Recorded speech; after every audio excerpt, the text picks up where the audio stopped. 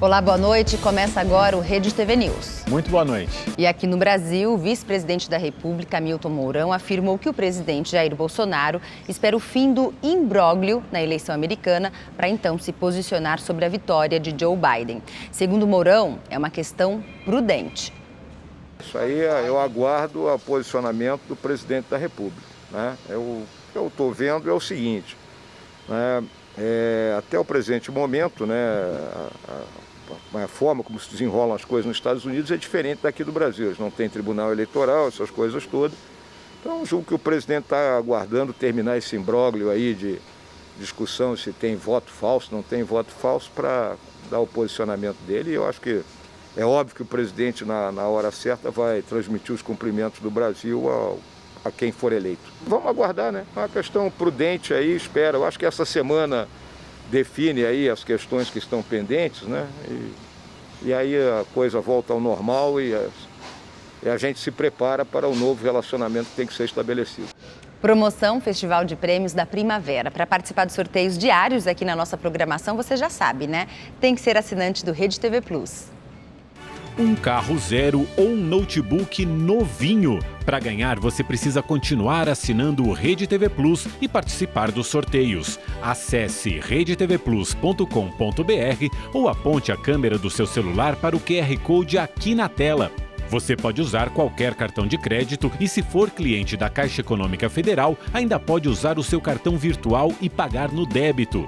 Durante a semana, você concorre a um notebook positivo e até uma moto Yamaha 125.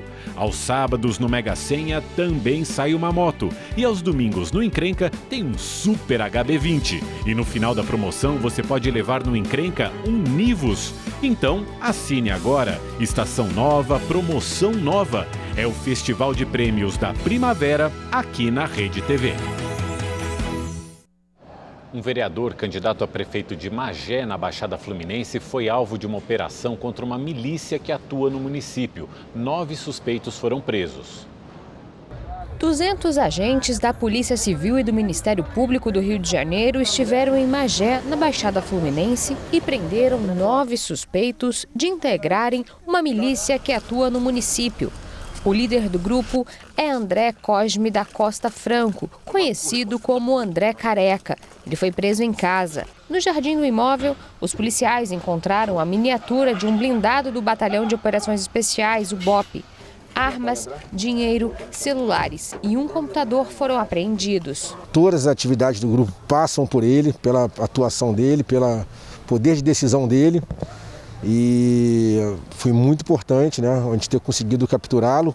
Os agentes também cumpriram 64 mandados de busca e apreensão. Entre os alvos está o policial reformado André Lopes do Nascimento, conhecido como Sargento Lopes. Ele é vereador pelo PSD e candidato à prefeitura de Magé.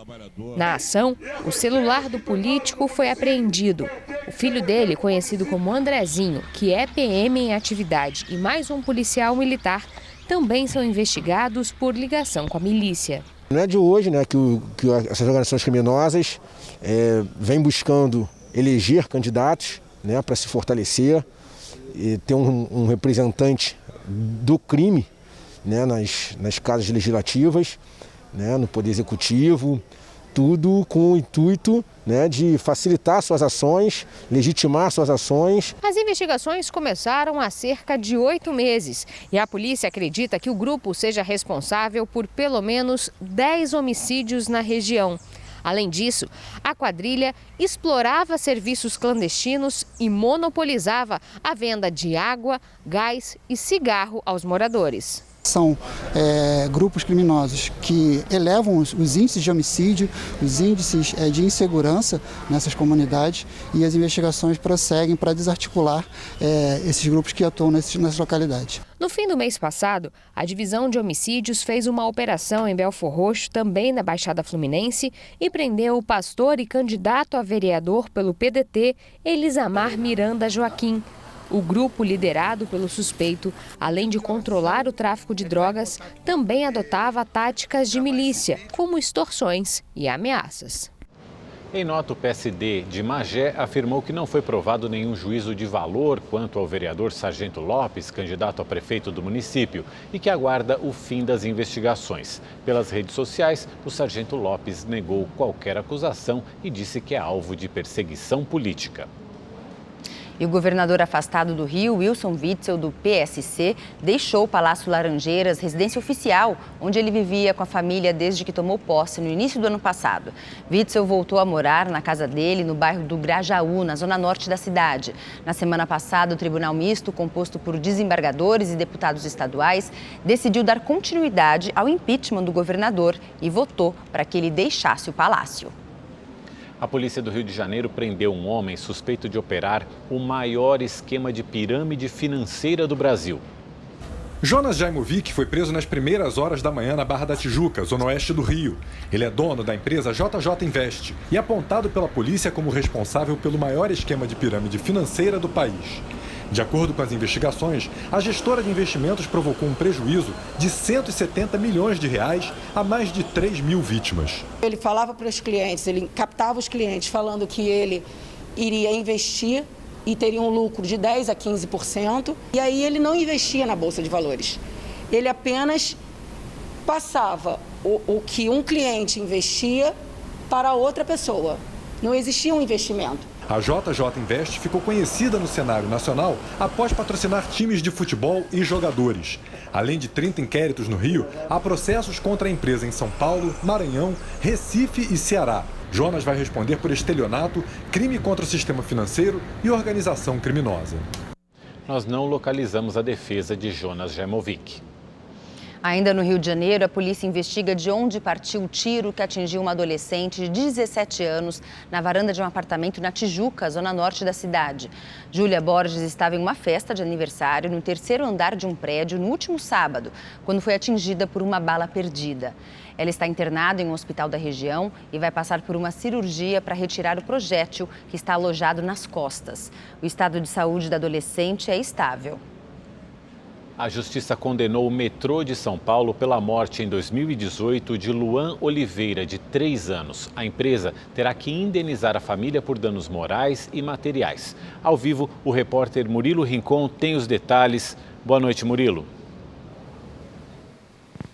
Boa noite, Mauro, Gabriela, boa noite para todo mundo ligado com a gente. Exatamente, a Justiça condenou o metrô de São Paulo a pagar uma indenização de R$200 mil, bem como a quantia de R$194 mil por dano material e ainda a pagar uma pensão vitalícia para a família desse menino de apenas 3 anos que morreu atropelado por um dos vagões na linha 1 azul do metrô na estação de Santa Cecília, de onde a gente fala ao vivo, isso em 2018. A Justiça entendeu que a empresa foi omissa pela falta de segurança na estação e a decisão ainda cabe recurso. Na época, imagens das câmeras de segurança gravaram quando Luan Oliveira ele escapou da mãe no dia 23 de dezembro. A mulher de 27 anos não conseguiu impedir que o filho saísse sozinho do vagão. Após sair do vagão, Luan ainda passou por um portão destrancado e entrou em um túnel.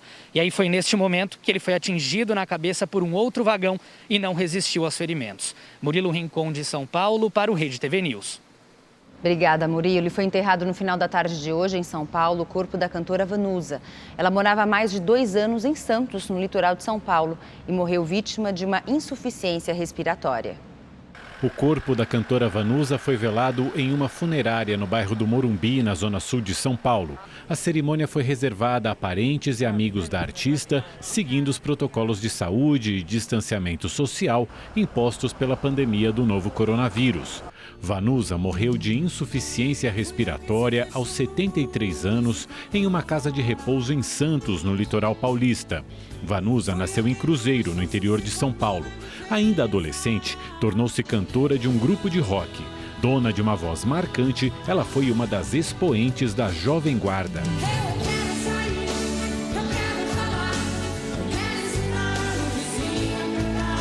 Nos últimos anos, Vanusa sofreu com a depressão e com problemas gerados pelo uso de medicamentos em excesso, o que a deixou muito debilitada. Minha mãe era muito simples, né? Minha mãe era muito desapegada da matéria, ela era uma pessoa um coração muito bom.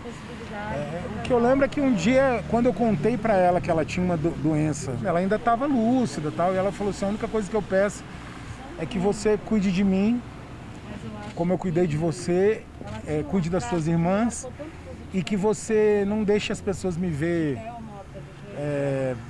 debilitada, né? São Paulo deve receber até o dia 20 as primeiras 120 mil doses da vacina chinesa contra a Covid-19. Pois é, o governo também falou sobre o início das obras da fábrica que terá capacidade de produzir 100 milhões de doses da Coronavac por ano. O anúncio foi feito hoje em coletiva no Instituto Butantan, na Zona Oeste de São Paulo.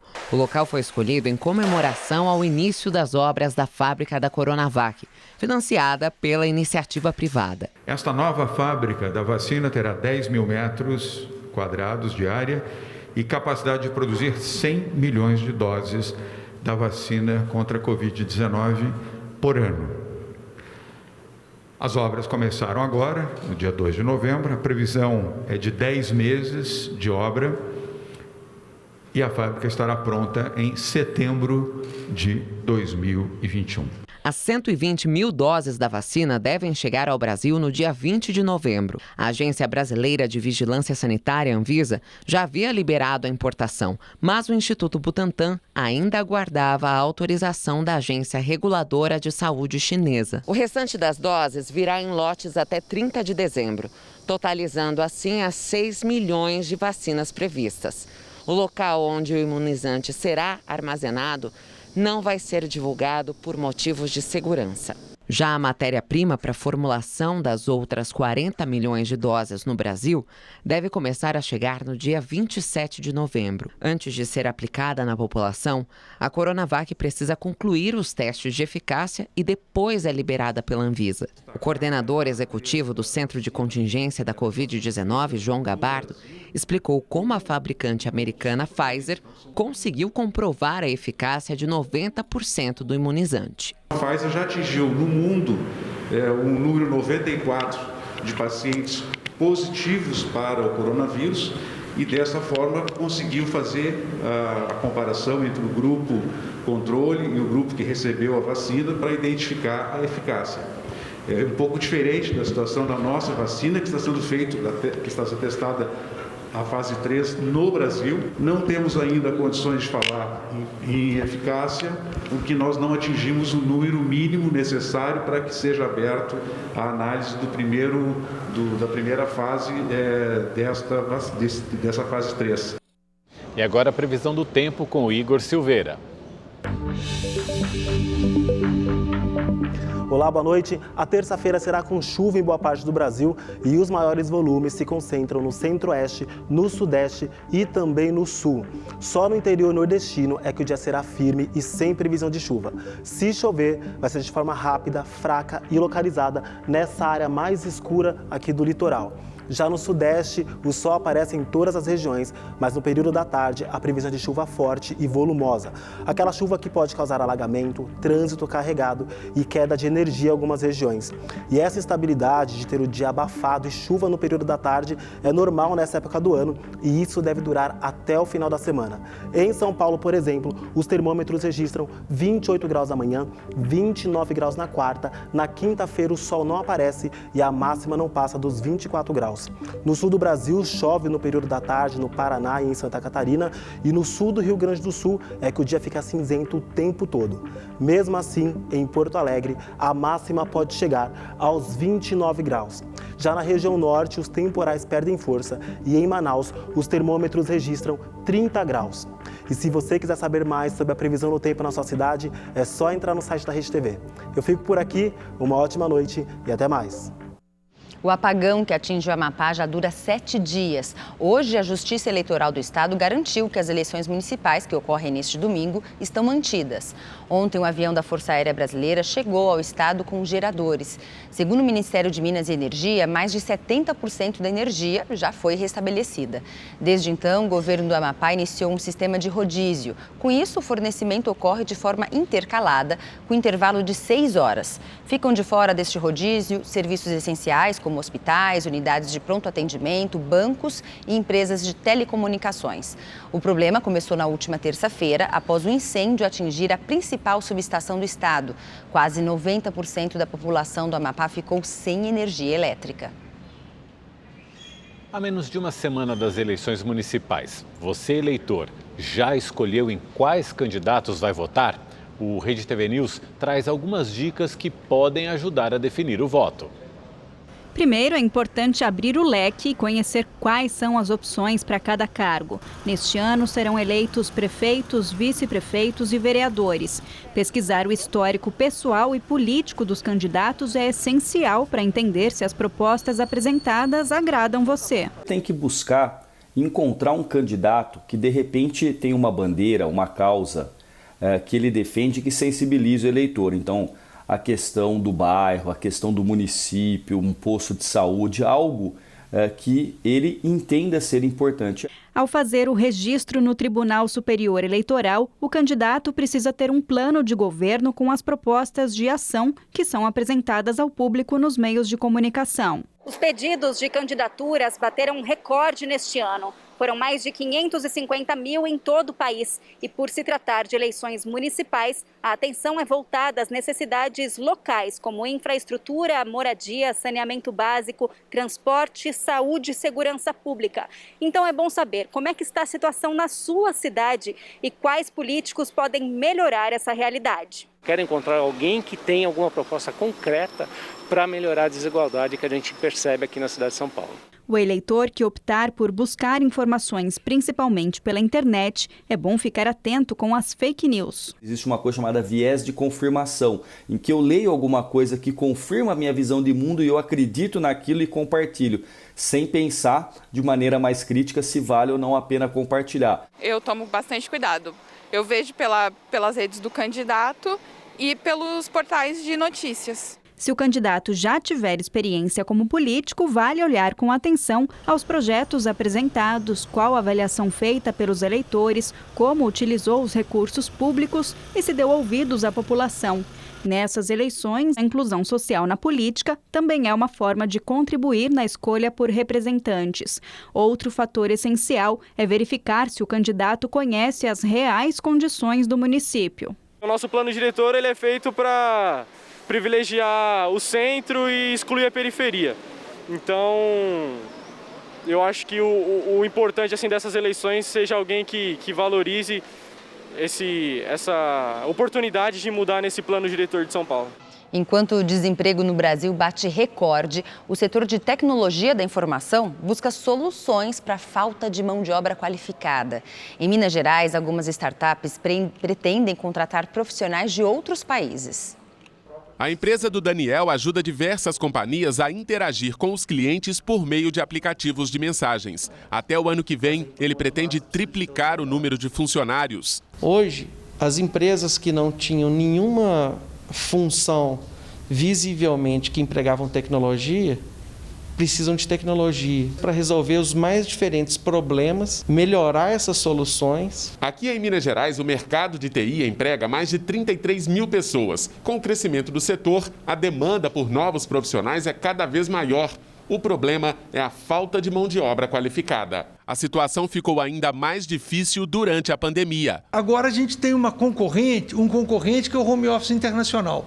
Ou seja, são os profissionais que vão trabalhar em empresas estrangeiras sem sair de Belo Horizonte. O empresário pretende adotar a mesma tática, contratar profissionais para trabalhar à distância. Nós resolvemos abrir um processo de recrutamento mais forte no Maranhão. E está dando certo, estamos conseguindo. E também estamos trabalhando na América Latina, especialmente 2 países, que é a Argentina e Colômbia. Mas num setor tão inovador e dinâmico, dificuldades podem gerar oportunidades. Já existem, inclusive, até empresas e startups onde o negócio dela é criar profissionais muito rápido para serem absorvidas no mercado de trabalho. Max é estagiário numa empresa de TI e espera ser efetivado o quanto antes. Eu acho que o mercado vai crescer cada vez mais, principalmente aqui, que por enquanto está escasso. As pessoas que escolherem essa carreira vão ter um grande futuro pela frente.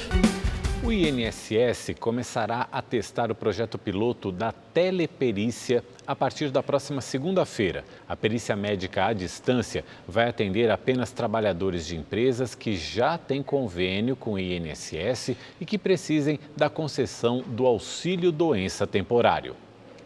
Agora vamos aos números da Covid-19 no Brasil. De acordo com o Ministério da Saúde, o país registra mais de 162 mil mortes provocadas pelo vírus e 5.675.000 casos confirmados da doença. Devido a problemas no sistema do Ministério da Saúde, a pasta não divulgou os números de pacientes recuperados e também em acompanhamento. No Facebook da Rede TV, você acompanha o nosso programa exclusivo no Facebook Watch. O Histórias do Dia traz vídeos com conteúdo atual e de interesse do internauta. E o Rede TV News de hoje fica por aqui. Obrigado pela companhia, uma ótima noite e até amanhã. Até amanhã, uma ótima noite para você. Tchau, tchau.